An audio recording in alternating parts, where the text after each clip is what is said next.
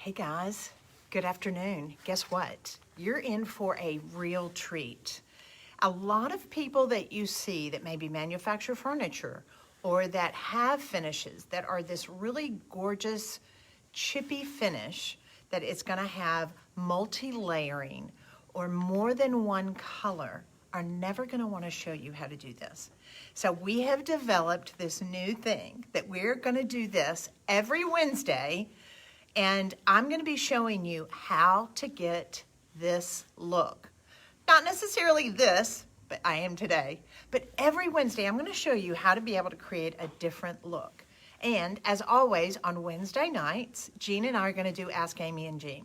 So if you have questions, you can just post them on our Facebook page, and I'm going to show you how to, we're going to be teaching you how to do all different kinds of repairs and finishes and how to use the products. But this afternoon, I'm going to be showing you get this look. So everybody, if you love refinishing furniture, you love creating really great looking chippy finishes that have multi-layers to them.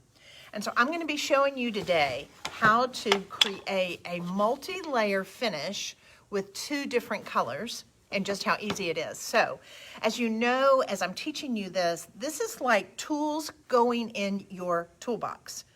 As you are going to be learning how to be able to create these finishes, it goes into your mind, your reservoir of how you can pull it out and be able to mix it. While I'm showing you two separate colors, you can do, where I'm working with rose and black, you could definitely be working with two other colors. Maybe you're going to want to do monochromatic taupes.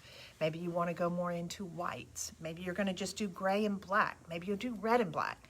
That's going to be up to you and your creativity. But today what I want to show you is how to be able to create these gorgeous, chippy, multi-layer finishes and antique them and just see how beautiful and how easy it is. Now, here's the other perk.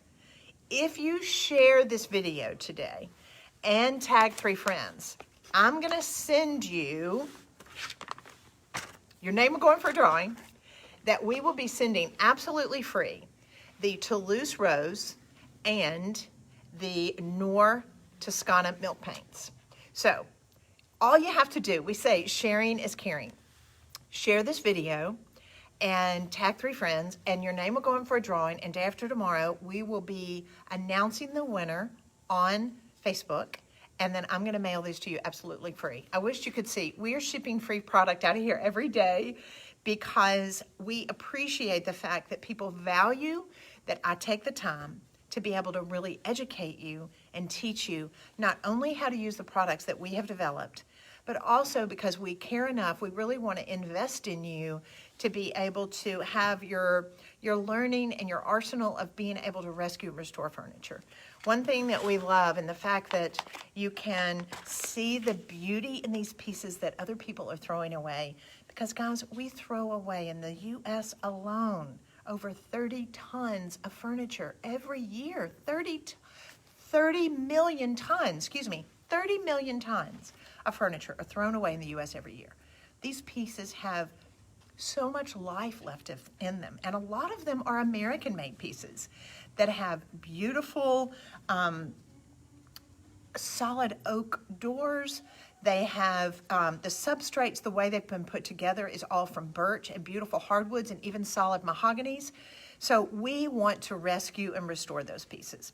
So I'm going to be taking you through the process today of how to create these beautiful chippy finishes from scratch. So thank you for sharing. Sharing is caring. And now let's get started. I've got these laid out right here. I'm going to turn the camera around. So if you ask questions, if there's something that you don't know or maybe you don't understand, just simply ask me a question. I'll be going online later and answering them for you. So first of all, thank you for watching. It means so much to us that we have such a loyal following of people that love creating these finishes as well. All right, so let's get started. All right, so what you're gonna see, as I've got these laid out here, it allows you to be able to see the process. It's important first to see the process. So as you go through stages, the whole thing is layering these finishes to where when you get to the final result, it makes a major difference. And the fact that I can dissect this for you, you'll start to go, okay, I get it. I'm starting to understand what it is that she's teaching us. So with this finish today, we're going to start with raw wood. I'm going to take you through, because a lot of you out there, you're woodworkers. A lot of you like shopping at IKEA, and you can get beautiful raw pieces of furniture very inexpensively at IKEA. So we can work with that too. But if you want to be able to get this look on an existing piece, you can strip it, or you can skip to this stage, which I'll be talking about that in just a minute. But today, just for showing you and making sure you understand, we're going to start with raw wood. The second step is we're going to, actually this is our first step. We're going to stain it first. We're going to do our crack gesso. Then we're going to put our first coat of paint on. Then we're going to do our second coat. Then we're going to antique it and wax it. All right? So let's get started. I'm going to push these over to the side and take you through the whole step process with me. You may even want to watch this video a couple of times. That way it's like, okay, I get it. I would even make a suggestion of making notes, writing this down, because this is really incredibly valuable information. All right, so the first step that we're going to do, I'm going to take our gel stain. This is English walnut. Guys, if you haven't used this product, it's pretty amazing. You can use it on a lot of different things, but it is actually a gel. If we had smell-o-vision, you want to smell? It smells amazing. It's vertical surfaces as well. So we're going to dip our chip brush. I like working with chip brushes. I don't really like synthetic brushes when I'm using stain. So my suggestion would be use a chip brush. Now look at this. I'm going to dip into this yummy stuff. I want you to be able to see. See how thick it is? Look how it sticks onto my brush. It doesn't take very much at all. So I'm just going to apply a little bit of it like this. Oh my gosh, this smells so good. It's so easy, so enjoyable to work with. Those of you, give me a shout out. If you've used this gel stain before, let the people know that haven't how easy this is, how enjoyable it is to work with. Look at that. Now, because I'm working on a really carved surface, I'm pouncing in here just a little bit. I'll pounce it and then I'll spread it out. Pounce it and spread it out. Now, doing it with this finish, I am starting on raw wood. So I am showing you that you're going to need to stain it first. All right, so I'm going to set my stain aside. Now I'm going to take a lint-free rag and I'm just going to wipe the excess stain off like this. Hey guys, as you're popping on, I can't really see what you're saying, but thank you so much for watching. If you will share this video and tag 3 friends, your name is going to go in for a drawing, because I'm going to be giving away the 2 Toscana milk paints that I'm working with today to the person that's the lucky winner that we draw. All right. So now we have our stain on there. You want to allow this to dry for about an hour, okay? So I'm gonna set that aside. I have one that I got ready before we went live, and it's dried down and it looks like this. Now, that's step 1. Step 2, we want to mix up some crack gesso. Now this is in a powder form. I've already mixed it up before we went live today, and it's 1 part crack gesso, 1 part water. So you're just going to take a teaspoon and put it into a little container. I like going to Target or Dollar Tree and getting little clear containers like this to be able to mix up what I need. And you want to be able to mix it up to where it will be about the consistency of a thin sour cream or maybe a pancake batter. As a rule, this is going to be 1 part cracked gesso and 1 part water. Now, why cracked gesso? What does it do? Can I use it with 1 step? The answer is no. This is only created to work with milk paints. It's the only product like it on the market. I developed it. Nobody else has it. It doesn't exist anywhere else but at Amy Howard at Home. And here's why the cracked gesso is so great. It acts as a gesso to where it will give you a color underneath, a white color, which that gesso is beautiful to be, it's synonymous with antique pieces. When you see things that are kind of chippy or when it shows underneath, and let me show you why I'm talking about this, like this. See this? See this white underneath as this paint has chipped off? Guys, that's gesso. That gesso has been part of the prepping process on antique pieces from years gone by. But the great thing about this gesso is it actually has the components in it that it will crack your milk paint. Now, will it crack it to be crazy crack? Is it a crack like a cracked patina? The answer is no. The type of crack you're going to get is like a fissure crack. It's a fissure crack that will allow it to be able to kind of pop off, to be able to just have these tiny little fissure cracks that you would get that are very, very desirable, like it came on an old Provençal piece that came from Provence, okay? So we're going to apply, as step 2, we're going to apply the cracked gesso. So remember, your consistency is going to be about that of pancake batter. All right, so we need a clean brush. When you're applying this, I would prefer that you use our chip brush. So I'm gonna take my spoon out. And guys, thanks so much. If you're popping on, tell me where you're tuning in from.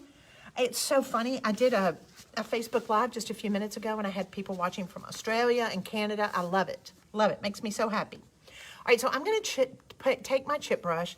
I'm gonna dip it into the cracked gesso. Stir it up just a little bit with your brush. Make sure you give it evenly distributed all throughout your brush. And now you're going to apply it. Now here's what's odd. A lot of you are going to think you're used to working with paints out of a can and they're really thick.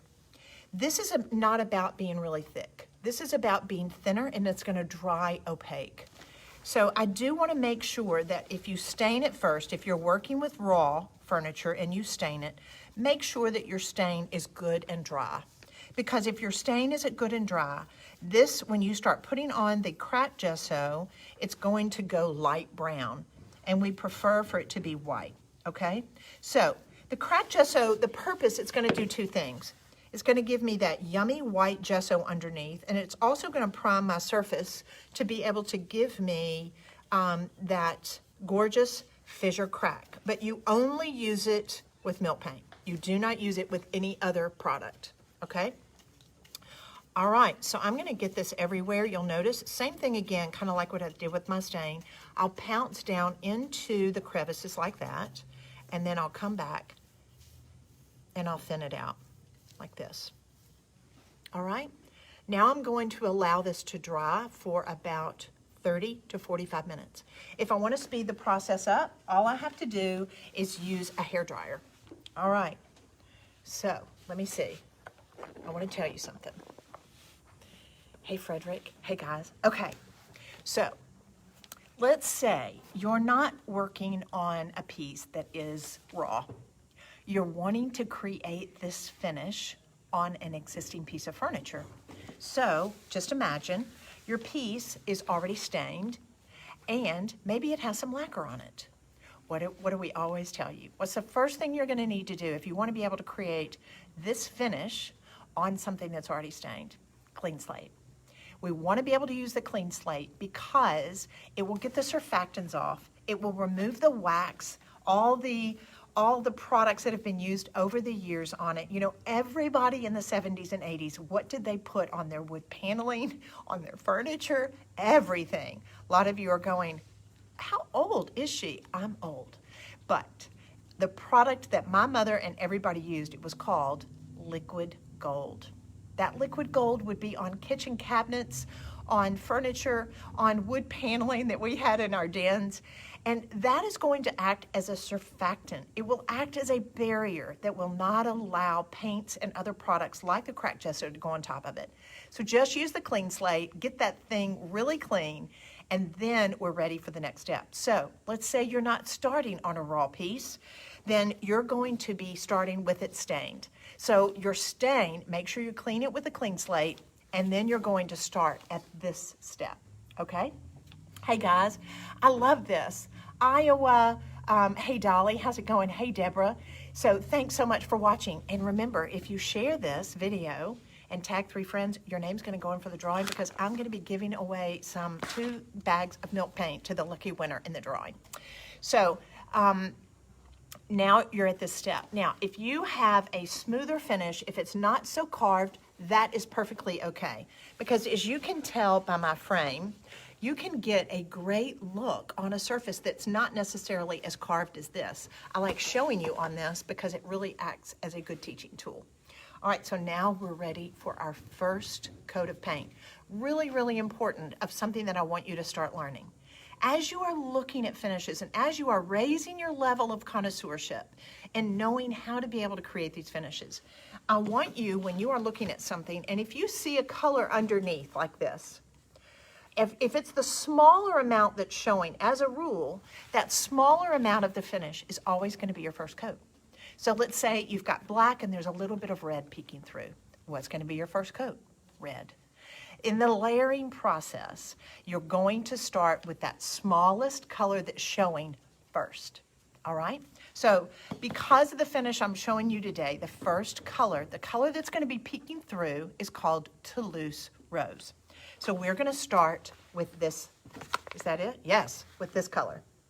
It's Toulouse Rose, and it's absolutely divine, peeking underneath the Noir Black.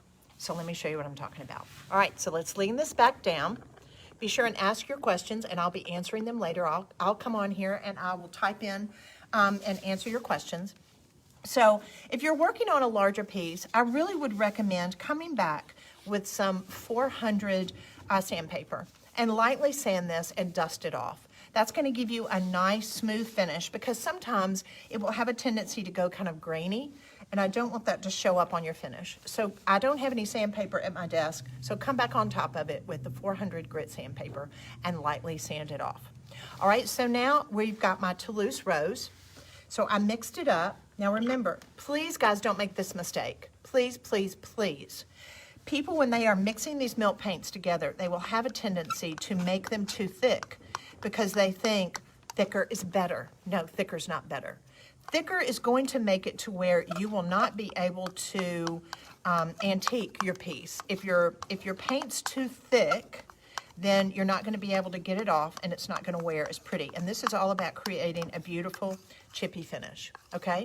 So you're going to take your Toulouse Rose, and it's 1 part water, 1 part paint. And I like working with warm water. It's easier to use, and it's really nice to be able to just kind of mix it up like this. If you're going to be painting with it, mix it the night before, let it sit. That way the granules and everything will be nice and mixed up. Now the other thing you're noticing, look at this. The paint is going to have a tendency to settle at the bottom. So sometimes you'll have to just kind of scrape it because that's the yummy goodness in it. But once you start to stir it up again, it will mix and it will work beautifully. So this is truly milk. It's casein. If you look on the back of your yogurt, if you ate yogurt this morning, guess what? It's made from casein. So to be able to get these beautiful, authentic looking finishes, if you love those looks, if you've been to Italy, I know we can't go right now, they won't let us in because of COVID, but if you've been to Italy or maybe France and you've seen these great looking pieces of furniture, they were done in casein paints. You cannot ever, I gotta look at you, your teacher's gotta look at you for just a second. You will never, ever, ever, ever get the finish that you see on these gorgeous antique pieces, that you get on these chippy finishes by doing it with an opaque, a latex, an acrylic, or even a chalk-based paint. You won't get it. The only way to be able to get that is you're going to have to use a casein paint, which is milk. And part of what really sets our milk paint apart is the fact that I ship in our pigments to make this from Provence. They are not synthetic pigments. They are all natural. So that's why even the colors that you see, they're a more natural, beautiful pigment that you will find in nature. All right, so I just love giving you this information. I think it raises your level of connoisseurship and really helps you more love and appreciate the finish and the process that I have developed to be able to show you with this. All right, so let's go into our painted finish. So our cracked gesso has dried. Now I am ready to apply our first coat that's going to be peeking through. And again, I like working with chip brushes when I'm working with milk paint. The chip brushes are a natural bristle. So I stirred that up just a little bit. And now I'm going to apply that over my dried gesso. So I'll just pounce it down in here. Now, mine has set up for just a minute. It's looking a little bit thicker, but don't make it really thick, guys. It needs to be like 1-to-1. So that way you'll just go over the whole piece, get it completely painted, thin it out, and we're gonna let it dry about 30 minutes, all right? So after it's dried 30 minutes, ta-da, it looks like this. Again, it's not going to take very long to dry. You know, the cool thing that I love about all of these products that we do in this process, guys, it's like shopping in the food produce section because it's all natural. There are no VOCs. There's not all these nasty chemicals and things in it. This is all natural. All right, so now that this has dried, my Toulouse Rose has dried, I am ready to put on my coat on top of it, which will actually be my color that you're going to see most of, and that's going to be Noir. So here's my Noir, and I mixed it up with the powder. This is the Noir. 1 part powder with 1 part water. So I want you to look how thin this is. Don't make it too thick.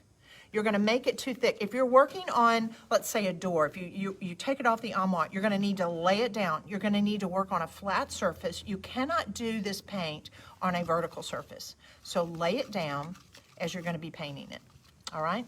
Even on a piece of furniture, I'll work on the top, or I'll turn it, or I'll work on my drawers this way, but you want it flat. So I'm going to take, I had a chip brush that I was painting earlier. I want you to be able to see the consistency of it. I'm going to dip my brush down in here. It's gotten kind of crunchy. I let it dry in there. Shame on me. This is all water-based too, guys. So you're just going to, it's an easy cleanup with soap and water. So I'm just going to come in here, load this up just a little bit more. And I'm going to come directly on top of my dried Toulouse Rose with my black. I'm going to cover it 100%. Because this is how you're going to be able to get double layering of multicolors. So while I am showing you today how to be able to do Toulouse Rose in black, maybe you want to do red underneath the black. Maybe you want to do maybe a light taupe and a medium value taupe. You can do any color combo that you want, but you're going to have your first color and then your second color to be able to get a mix, all right? So we're just going to cover that up, getting great coverage. You want to make sure you don't have any holidays, meaning a space that you did not apply the paint. Just come in there and pounce and then thin it out. So we're going to allow that to dry for about 45 minutes to an hour. And then it's going to look like this. So you're going to notice when it dries down, it's going to dry down. Casein paint will dry down to a very matte, dead matte finish, which I adore. Now's the time for the magic. Are y'all ready? So we're going to need antiquing glaze. So I have 2 things here. When you're doing your antiquing glaze, you want to make sure that you always have some water and you always have your antiquing glaze. You're going to work side by side with them. All right, I want to make sure that I've got that in enough room so that way you can see. Guys, as you're popping on, please say hey, tell me where you're tuning in from, and be sure and share this video. And tag 3 friends because sharing is caring. And it encourages me when I take out this time. I don't do meetings, I'm not planning, I'm not doing anything. It's like, guys, I got to train my peeps. I got to make sure that people are having success because there are a lot of people that they develop products, but the owners of the companies don't take the time to be able to really educate people, but that means a lot to Jean and I. And I think that's part of what feeds our soul is because we know that we can make a difference, that people are learning how to do things. So I have cut up a little seaweed sponge. And it's best not to work with a really big one. So when you're gonna buy these at your favorite hardware store, they're gonna be pretty big.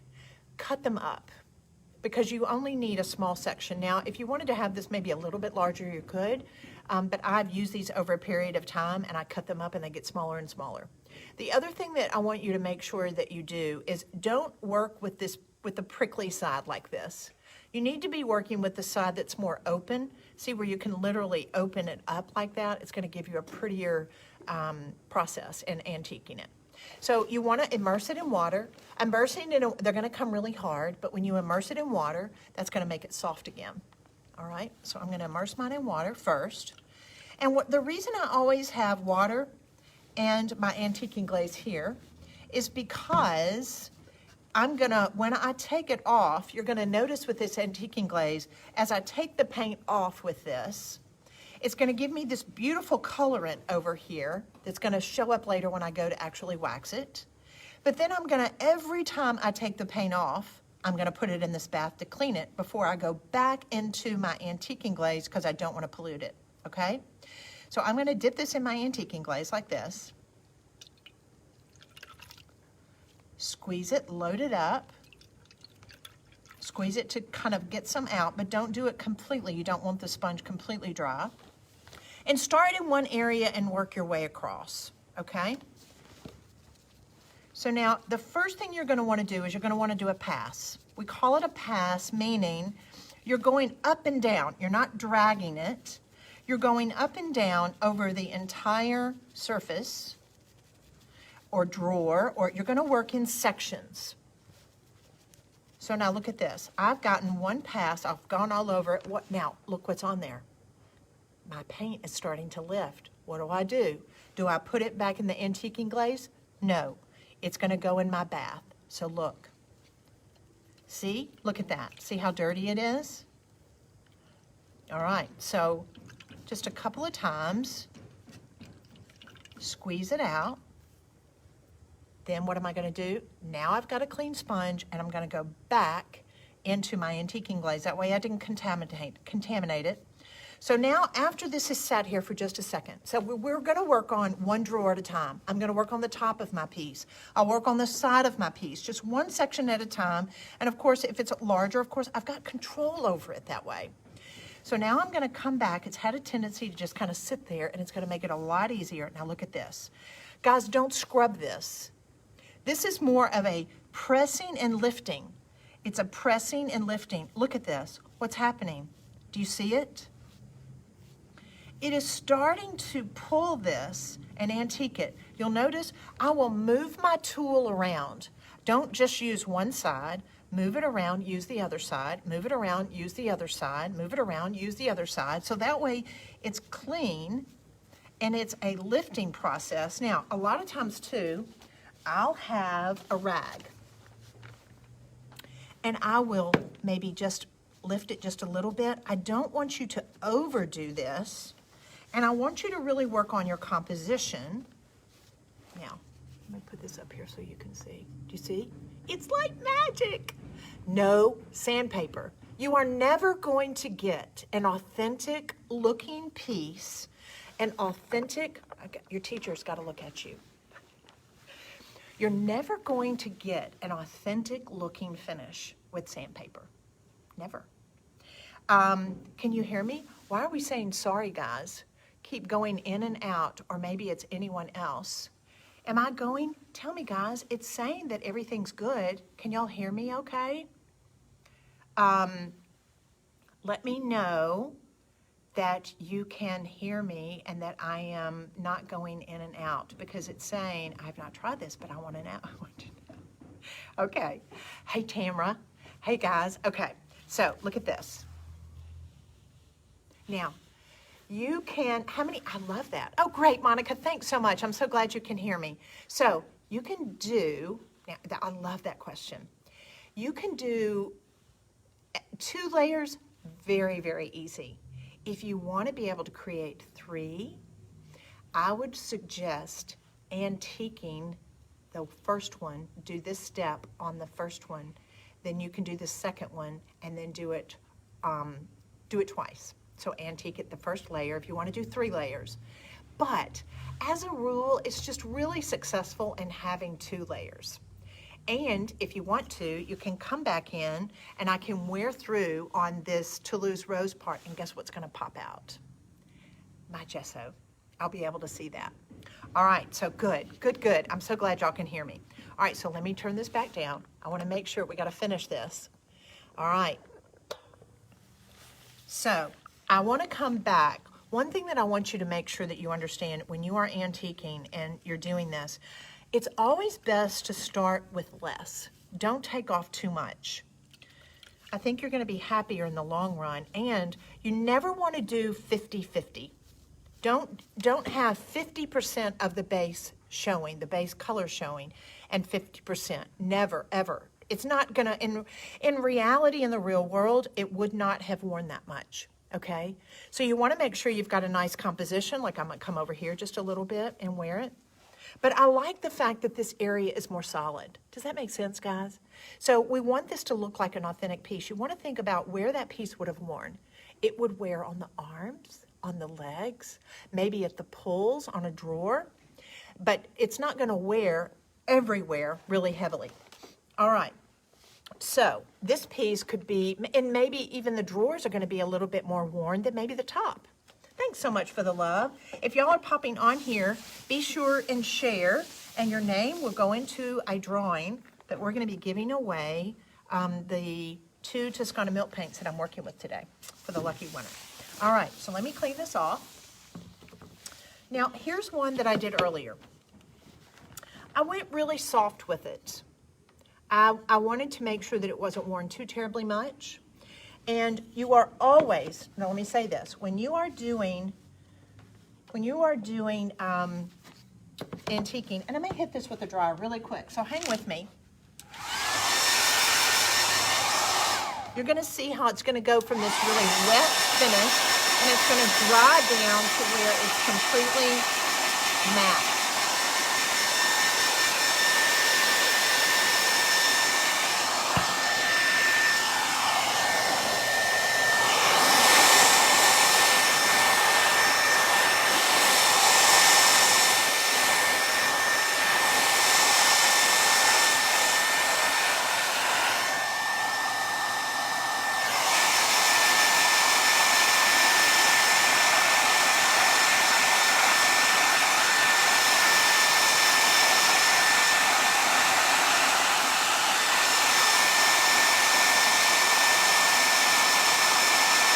Sorry guys, hang with me.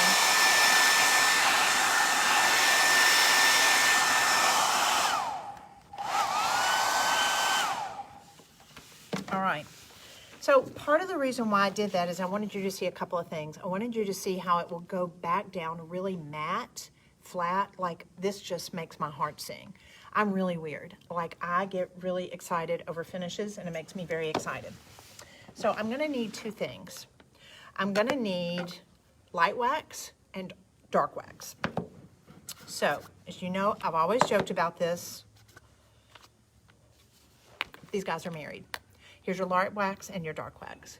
You're going to use more of your light wax. Guys, this dark wax can ruin a project faster than anything.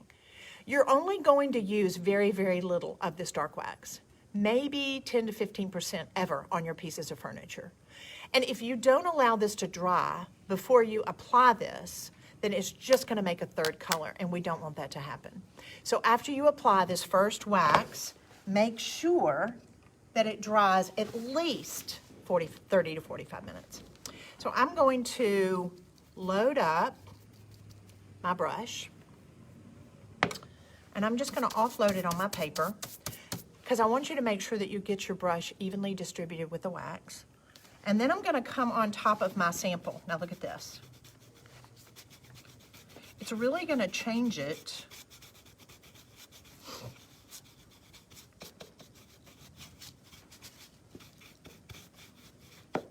Don't put too much on either. Don't put too much on. Can you see that? Isn't that yummy? I'm just really weird. Like I never not get excited about doing this. All right, so now, always, you need 2 of these brushes. I don't want you working with this one, cleaning it out. You can clean this with the clean slate. You can use these several times. You can put them in a baggie. But you need a dark wax brush, and then you need a light antique brush. So I'm gonna load this up. I'll offload it just a little bit. You never wanna go from this container directly onto your piece. And then I'm just gonna kind of come, what I'm wanting to do on this is I just wanna hit that Toulouse rose that's peeking through to be able to darken it. Now, I did this one right before we went live. It's not as antiqued as this, but a whole piece, guys, some of it may look more like this and some may look like this. The whole thing's not gonna be worn the same. So I wanted to make sure that this was ready. Now, if I were to do this step, I'm getting ready to show you the Dust of Ages. Hey, if I were getting ready to do this step, I cannot put these Dust of Ages right on here because I just waxed it. It's gonna go into, it's just gonna be messy. I need to allow this to come to what we call tack. Let me put my waxes away. It needs to come to tack, so when you touch it, it's not greasy, but it has somewhat dried, but I can feel that it's still kind of cold. So it's important to know by touching it. So now I'm gonna add Dust of the Ages. Yes, it's goofy, but I'm goofy because I have fun with this. All right, so I'm gonna take another chip brush. I'm gonna dip it down into my Dust of Ages and just hit the side. Let some of that come off. Are we having fun? Y'all are like, this chick is really, she's kind of crazy, but that's okay. I'm gonna dip this into my dust again, offload it. And I'm not brushing it on, I'm pouncing this on. Why? Because I want to get down in the crevices. This stuff is magic. We should call it magic dust. All right.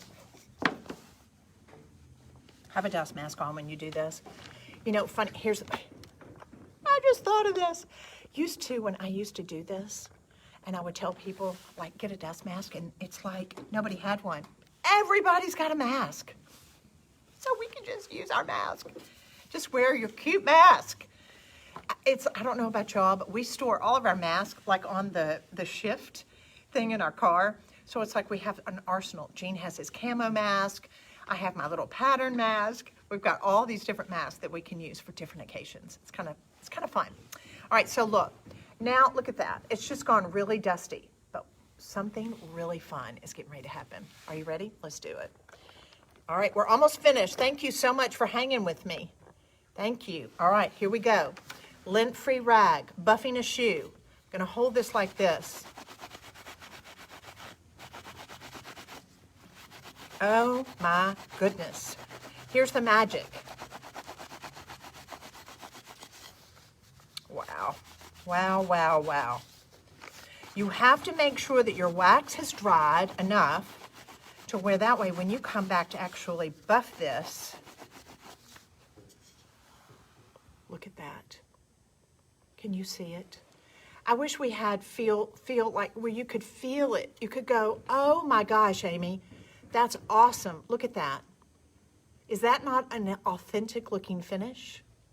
I hope you can see this on this camera. Can you see it? Isn't it beautiful? See how that color just kind of peeking through? How beautiful it is. Guys, it feels amazing. It looks amazing. And when we talk about feel-o-vision, love that. When we talk about feeling something, thank you. Oh, my sister, my Finnish sister, Monica, I love that. You say, that's fab. I say that all the time. It's like, that's so fab.